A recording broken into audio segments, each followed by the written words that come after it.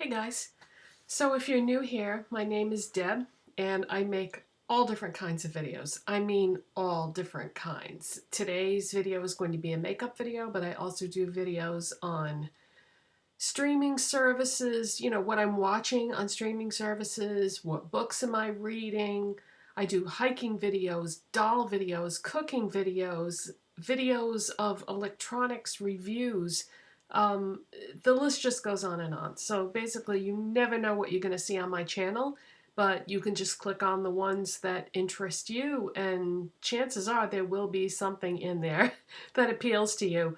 And there are some other topics that I want to branch into also, but I'm still gathering information on that and trying to figure out how I'm going to incorporate that in, because it's a big, wide world out there and there's so many interesting things, so why not, right?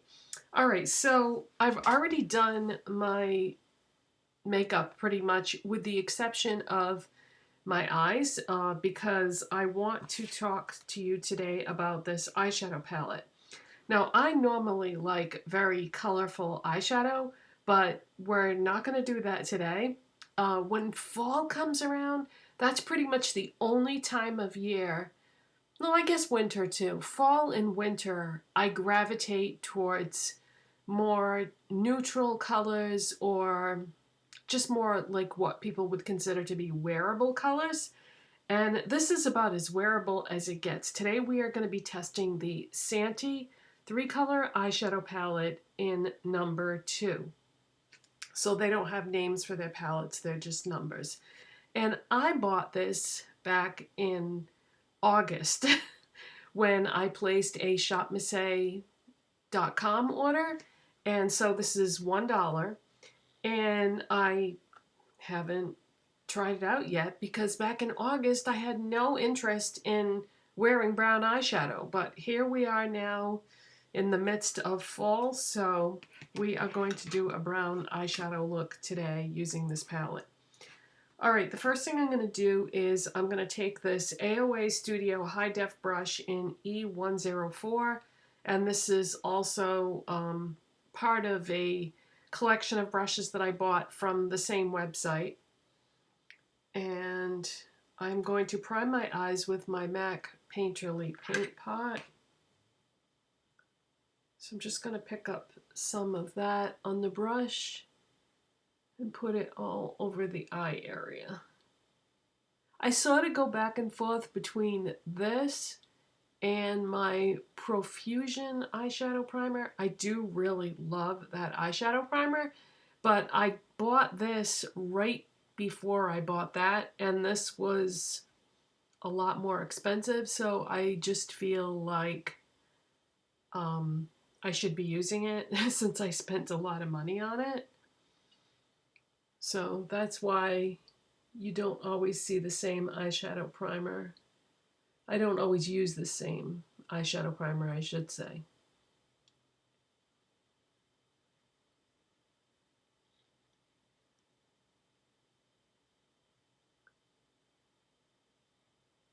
Okay, so you want to make sure you blend that out evenly. And let's get into this eyeshadow palette. Now, in my opinion, swatches do not tell you how an eyeshadow palette is going to perform. To me, swatching a palette is just showing you the colors, the textures.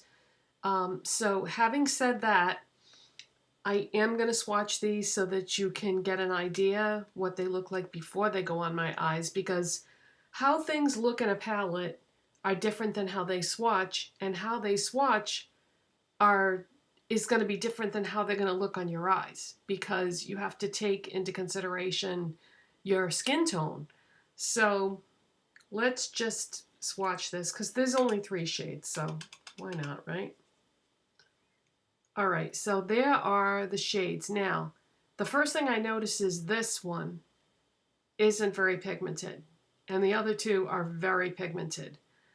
So we've got like a light golden brown, we've got a matte taupe, and then we've got a shimmery, cooler brown. So this is going to be a cooler eyeshadow look. Okay, I had to get rid of those swatches. All right, so I'm going to start off using this BH Cosmetics ES2 brush, and this is a firm blending brush. And we're going to go into the middle shade, which is a matte taupe. So I'm going to pick up some product, and we're going to go right in the crease, and we're just going to carve out the shape that we want.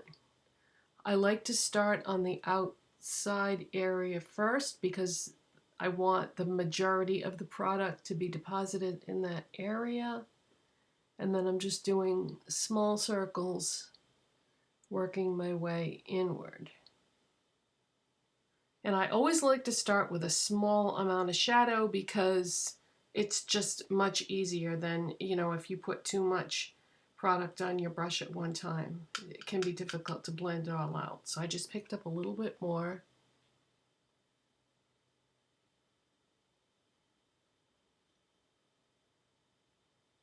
And I'm also going to take some on the very outside part of my lids. And I'm going to try to bring it over to this corner where eyeshadow does not like to adhere on me. So I'm going to pick up a little bit more and try to get in that corner. There we go. Yeah, for whatever reason, it doesn't seem to like to stick there. And I think it might be the way I apply my eyeshadow primer. I probably am not focusing enough in that area when I apply the primer. Okay, so do this in the shape that you like, because everybody likes to create a different shape with their eyeshadow in the crease area.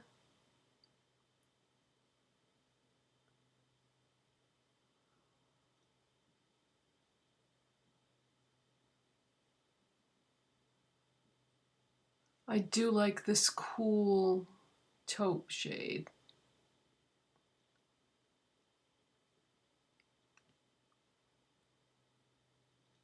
Okay. Next, I am going to take this MAC 239 shader brush, and we're going to go into that shimmery brown shade that wasn't very pigmented when I swatched it.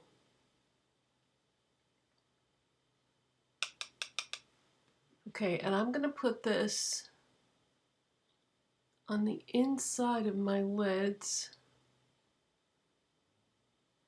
and I'm only going to go about halfway.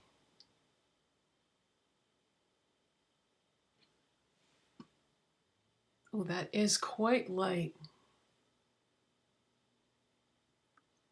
And then what I'm going to do is I'm going to flip my brush over, and we're going to go into that deep brown shimmery shade and take some color from there. And we're going to put that on the area that is left on the lid that doesn't have that other shade on it. And then of course you're going to get some overlap in the middle where the two shades meet.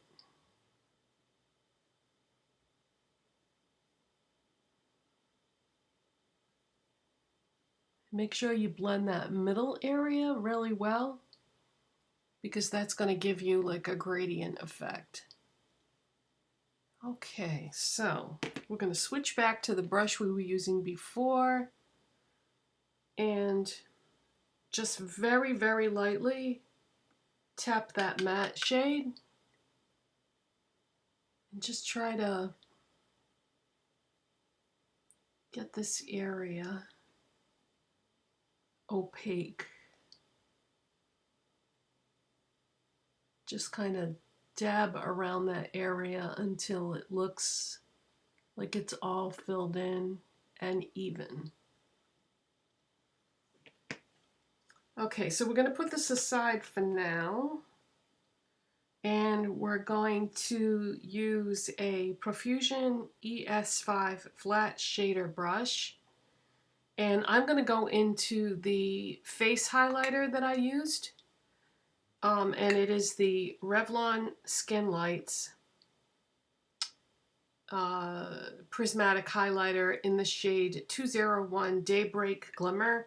If you don't have a highlight shade in your palette, you can just use your face highlight shade. And this is just a beautiful, beautiful gold. I'm not even a gold person, but this really is beautiful. And we're going to put some of that on our brow bone.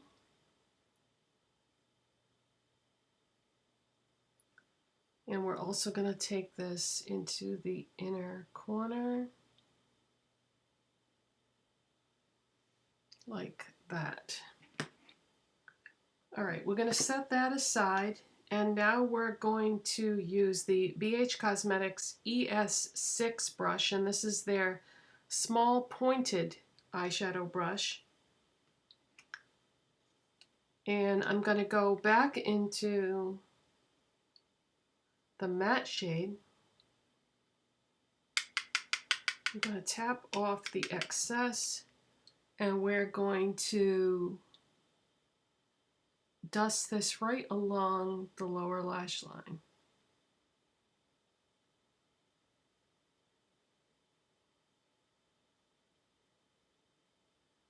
Just try to make it as even as possible. And make sure you blend it really well. And you're going to connect it to this outside portion here.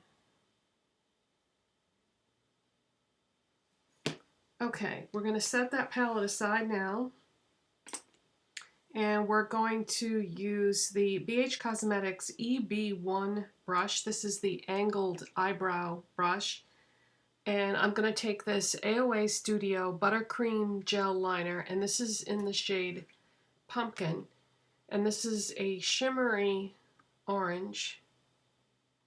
And we're going to put some of that on our brush.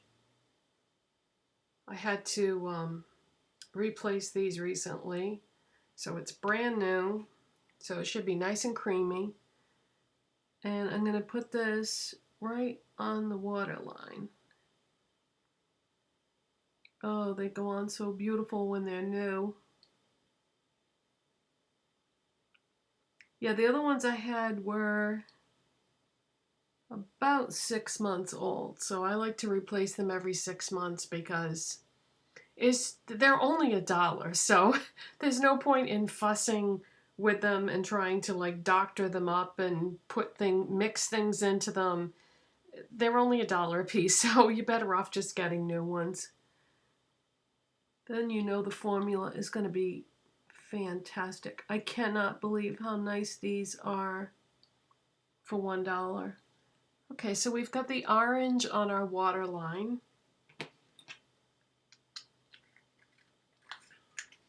And make sure that you put the covers on these really tight whenever you are not using it. And that will then you won't have it dry up before it should be drying up. All right, I'm going to curl my lashes. And as you can tell, I'm just doing one eye at a time. That way the video isn't crazy long. The funny thing with eyeshadow looks is you never really know how it's going to look until you're done, because it always looks kind of crazy at this point. But yeah, I just wanted to throw that out there. All right, we're going to go into Maybelline the Falsies Lash Lift Mascara, and we're just going to do my bottom lashes right now. And if you go sideways, it will help you get every single lash. Just for the lower lashes though, don't do that on the top. Now we're going to go into Milani, the violet one. This is a lash primer, and this is going to help your mascara make your lashes look even better. So I'm just wiping off the excess off the brush. to make it easier to apply.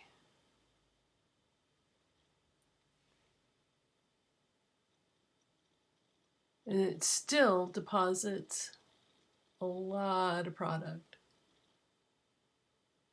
But that's okay, because we're going to cover that up with mascara.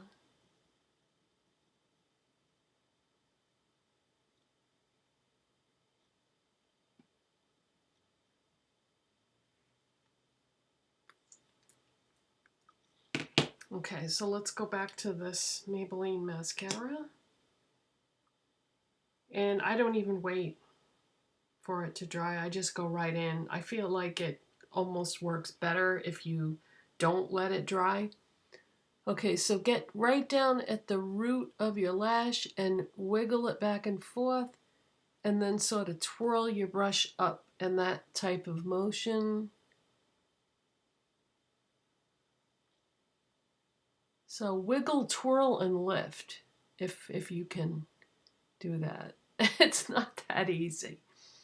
But you know what they say, practice makes perfect.